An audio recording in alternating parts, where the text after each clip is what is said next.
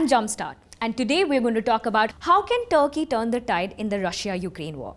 Just like there's no Thanksgiving without Turkey, geopolitics too are impossible without Turkey. Granted that the former is a large native bird to North America and the latter is a country, but quite large too. Alright, let's cut to the chase. So basically, the country Turkey recently grabbed my attention. It is a transcontinental country that shares its borders with both Europe and Asia. It is one of the world's earliest permanently settled regions.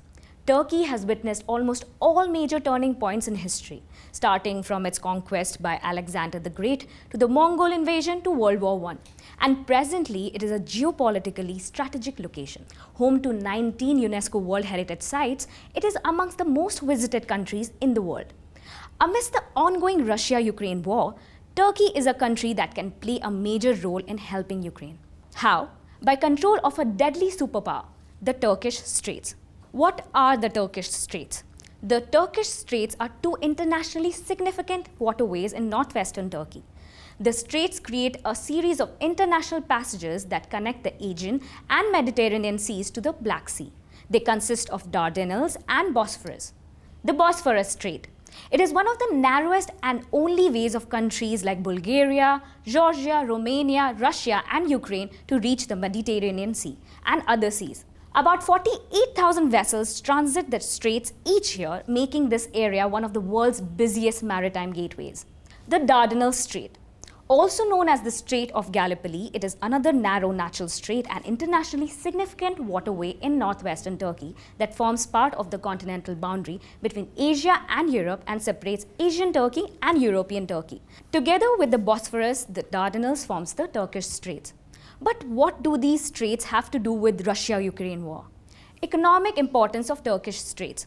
Over 3% of the global supply, or 3 million barrels per day, mainly from Russia and the Caspian Sea, passes through the waterway. The route also ships vast amounts of grains from Russia, Ukraine, Kazakhstan to world markets. So how can Turkey help Ukraine? Before we get to that, it's important to understand what the Montreux Convention is.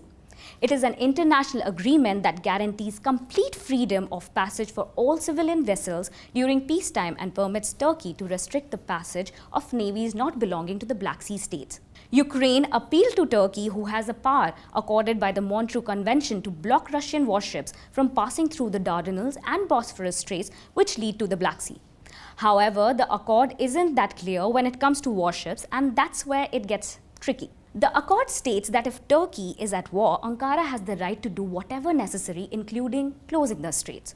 If other states are at war and Turkey is neutral, the straits are closed for those countries in conflict. The Ukraine request has put Ankara in a bind, as it shares good diplomatic ties with Moscow. On the other hand, it also has to fulfill its obligations as NATO ally. So basically, this small role, if played by Turkey, can determine the outcome of the Russia-Ukraine war. During wartime, it is actions like these by seemingly neutral governments that can end or prolong war. We would love to hear your thoughts in the comments below.